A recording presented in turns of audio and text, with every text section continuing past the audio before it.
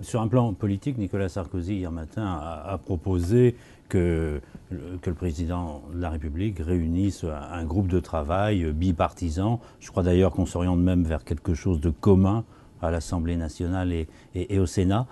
Les groupes politiques, avec leurs différences, peuvent travailler ensemble sur une question comme celle-là? Doivent travailler ensemble? Ce qui m'a extrêmement frappé, c'est que, il faut le dire, le comportement de l'ensemble des dirigeants politiques français était digne et exemplaire. Moi, j'ai été frappé par le fait que, alors que tout le monde s'attendait à ce que très rapidement se montre du doigt, que certains... Il y a eu, je crois, un sens des responsabilités extrêmement fort.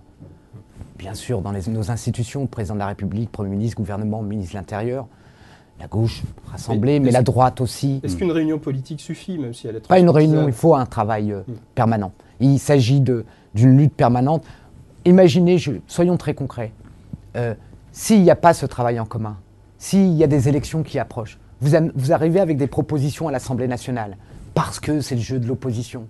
On va vous contester, ces lois ne vont pas passer, les mesures ne vont pas prendre. Et d'autres vont se dire, mais moi, pourquoi? Moi, je vais dire à d'autres, non, mais moi, je serai plus dur, moins dur. Et on crée une capacité à nos adversaires à ce moment-là de rentrer au cœur de la société française. Y compris avec le Front National? Quand le Front National est représenté dans des institutions, là où il est élu, il a le droit d'y participer. Donc on n'exclut personne. Mais il faut bien comprendre une chose, il s'agit de la défense du pays, pas de la défense d'un parti.